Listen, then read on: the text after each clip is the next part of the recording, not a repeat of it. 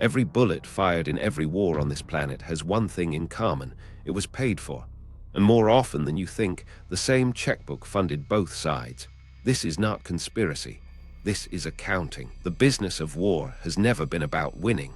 It has been about billing. Right now, as you watch this, American-made weapons are killing people on one side of a border, while American-made defense systems protect the other side. Same manufacturer, same shareholders, different invoices. War is a product. Like any good product, it needs customers on both sides of the transaction. The defense industry does not see nations, it sees markets. It does not see enemies, it sees revenue streams. And the United States government, the largest arms dealer in human history, has perfected a system so elegant, so ruthless, that it makes the old empires look like amateurs. Today, we are going to follow the money, every dollar, every contract, every convenient alliance that somehow always leads to the same boardrooms. As the Roman senator Cicero once warned, the sinews of war are infinite money. He was right 2,000 years ago. He is even more right today. The business model. Let us start with a number that should make you uncomfortable. The United States spends more on its military than the next 10 countries combined. In 2024 alone, the Pentagon budget exceeded $880 billion. But here is the part they do not teach you in school. That money does not disappear into some vault. It flows directly into the accounts of 5 major defense contractors: Lockheed Martin, Raytheon, Northrop Grumman, Boeing Defense, General Dynamics. 5 companies. These 5 corporations received over $200 billion in government contracts last year. And their shareholders, they had the best decade in Wall Street history. Now think about this. What is the worst thing that could happen to a defense contractor? Peace, stability, diplomacy. If wars end, contracts end. If tensions drop, budgets get cut. So the business model is not to win wars. The business model is to sustain them, to keep the threat level just high enough that Congress keeps writing checks. They do not sell victory, they sell the fear of defeat. As Major General Smedley Butler wrote in 1935, "War is a racket. It always has been." And since he wrote those words, the racket has only gotten bigger. But the real question is not how much they spend. It is where that money actually goes. Arming both sides. During the Iran-Iraq War in the 1980s, something extraordinary happened.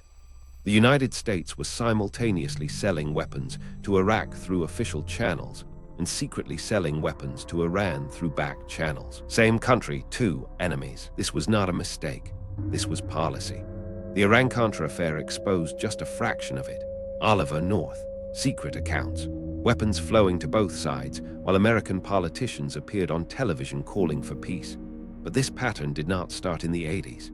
During World War II, American corporations like Standard Oil, Ford, and IBM had active business relationships with Nazi Germany, while the United States was at war with them. The real enemy is not across the border. It is in the boardroom. Standard Oil supplied fuel additives without which the Luftwaffe could not fly.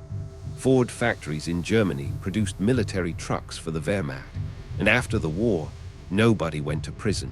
The profits were kept. The factories were rebuilt with Marshall Plan money. If this is starting to open your eyes, hit like and subscribe to keep exposing what they hide. Because what comes next connects all the dots. The pattern is always the same. Fund both sides, profit from the destruction, rebuild with taxpayer money, profit again. But how does this work in the modern era? The proxy game. The genius of the modern American war machine is that American soldiers rarely need to fight anymore. Instead, they create proxies. They arm local factions. They train insurgents. They fund opposition groups. And when those groups inevitably turn against each other or against American interests, well, that just creates a new market for more weapons. Afghanistan is the textbook case. In the 1980s, the CIA funneled over $3 billion to the Mujahideen to fight the Soviets. They provided Stinger missiles, training camps, and intelligence. One of the people who benefited from this funding pipeline was a young Saudi named Osama bin Laden. The same weapons America provided were later used against American soldiers. Then came September 11th, and America went back to Afghanistan, spending over $2 trillion over 20 years fighting the very forces it had helped create. Lockheed Martin stock went up 400% during that period. The enemy they fight today is the ally they funded yesterday. Syria tells the same story. The CIA spent over $1 billion arming rebel groups. The Pentagon spent $500 million training other groups. Some of those groups ended up fighting each other. American weapons on both sides. American taxpayers paying for all of it.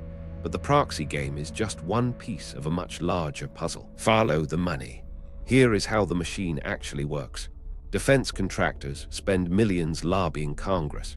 In the last election cycle alone, the defense industry donated over $50 million to political campaigns. Both parties, Republicans and Democrats, red and blue, same green. In return, those politicians vote for defense budgets that pour hundreds of billions back into those same corporations. Then those corporations hire retired generals and admirals as board members and consultants. This is called the revolving door.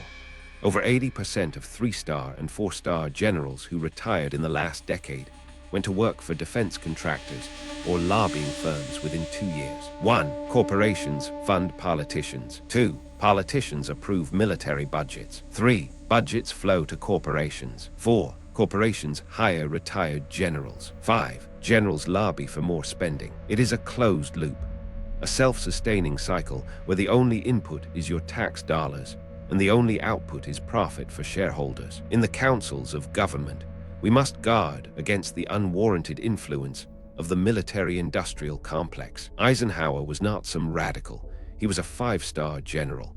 He was the supreme Allied commander in World War II. And on his last day as president, this was his warning to America. They did not listen. And the money trail leads somewhere even darker. Manufactured threats. For the war machine to keep running, it needs one essential ingredient: fear. Without an enemy, there is no budget. Without a threat, there is no contract. So what happens when enemies disappear? You create new ones. When the Soviet Union collapsed in 1991, something terrifying happened to defense contractors. Peace broke out. Military budgets were cut. Lockheed Martin's stock plummeted. They called it the peace dividend. The American people expected to benefit from the end of the Cold War. But within a decade, new threats were manufactured. The war on terror, the axis of evil, weapons of mass destruction in Iraq that never existed. Colin Powell held up a vial of fake evidence at the United Nations, and the budgets came back, bigger than ever. The intelligence community, which is deeply intertwined with defense contractors, has a structural incentive to inflate threats. The CIA outsources 30% of its operations to private contractors. Companies like Booz Allen Hamilton, where Edward Snowden worked, earn billions from threat assessment. The people who assess the threat are the same people who profit from it. As author Noam Chomsky observed, propaganda is to a democracy what the bludgeon is to a totalitarian state. They do not need to lie about everything. They just need to make you afraid of the right things at the right time. But manufactured threats are just the appetizer. The main course is something even more cynical: the Saudi paradox. Let us talk about Saudi Arabia. America's closest ally in the Middle East sells over $40 billion in weapons to the Saudis. F-15 fighter jets, Patriot missile systems, smart bombs, tanks. Ally or customer? Now, Saudi Arabia used those exact weapons in Yemen, creating what the United Nations called the worst humanitarian crisis in the world. Over 150,000 people killed, millions starving, cholera outbreaks in the 21st century, and America kept selling. Because here is the paradox. 15 of the 19 September 11th hijackers were Saudi nationals. The Saudi government's own charities were linked to funding extremist ideology worldwide. The 28 pages of the 9/11 report that were classified for years pointed directly at Saudi involvement. The country that helped attack America is also its biggest weapons customer. This is not about friendship. This is not about shared values. This is about three things: oil, weapons contracts, and the petrodollar system that keeps the American economy running. Saudi Arabia agreed to sell oil exclusively in US dollars. In return, America agreed to protect the Saudi regime, no matter what they do, no matter who they fund, no matter who they kill. The alliance was never about democracy. It was always about dollars. And Saudi Arabia is just one example. Because this pattern repeats everywhere America has strategic interests. Debt as a weapon. War is expensive, and that is exactly the point. Every conflict America enters increases the national debt. That debt is financed by selling treasury bonds. Those bonds are bought by foreign governments, banks, and the Federal Reserve. The national debt now exceeds $35 trillion. A significant portion of that came from the war on terror, which cost over $8 trillion, according to Brown University's Costs of War project. $8 trillion, but who holds that debt? China holds over $700 billion. Japan holds over $1 trillion. And here is the beautiful trick. The countries that hold American debt have a vested interest in American stability. They cannot dump the bonds without crashing their own economies. So America can keep borrowing to fund more wars, and its creditors are trapped. If you owe the bank $100, that is your problem. If you owe the bank $100 million, that is the bank's problem. War debt becomes a tool of financial dominance. The dollar's status as world reserve currency means America can print money to fund conflicts while the rest of the world absorbs the inflation. Your savings fund their wars. Every time the Federal Reserve prints money to cover war spending, your purchasing power decreases. You are funding both sides of every conflict through the invisible tax of inflation. But the financial engineering goes even deeper than most people realize. The rebuild racket. Here is the part that would be funny if it were not so tragic. After America destroys a country, American corporations get paid to rebuild it. Destroy it with taxpayer money, rebuild it with taxpayer money, profit both times. After the invasion of Iraq, Halliburton received over $39 billion in reconstruction contracts. Dick Cheney, the vice president who pushed hardest for the invasion, was Halliburton's former CEO. He still held stock options in the company. Bechtel, another American corporation, received billions more. KBR, a Halliburton subsidiary, was caught overcharging the Pentagon by billions for services in Iraq. Contaminated water supplies for American troops. Electrical work, so Shadi Id electrocuted soldiers in their own showers. The companies that profit from destruction also profit from reconstruction. Afghanistan was the same story. Over $2 trillion spent, and the Afghan government collapsed in 11 days when America withdrew. Where did that money go? Into the pockets of contractors, subcontractors, and consultants. A special inspector general found that over 40% of reconstruction funds were lost to corruption, fraud, and waste. It is difficult to get a man to understand something when his salary depends upon his not understanding it. The cycle is complete. Create the conflict, sell the weapons, fund the war, rebuild the ruins, and the same shareholders profit at every single stage. But this system only works if no one is watching. And that brings us to perhaps the most dangerous piece of all: media complicity. Why do you think you never see this on the evening news? Because the same corporations that own defense companies own the media. General Electric, which manufactured jet engines for military aircraft, owned NBC for decades. News or narrative. Before the Iraq invasion, every major network ran stories about weapons of mass destruction.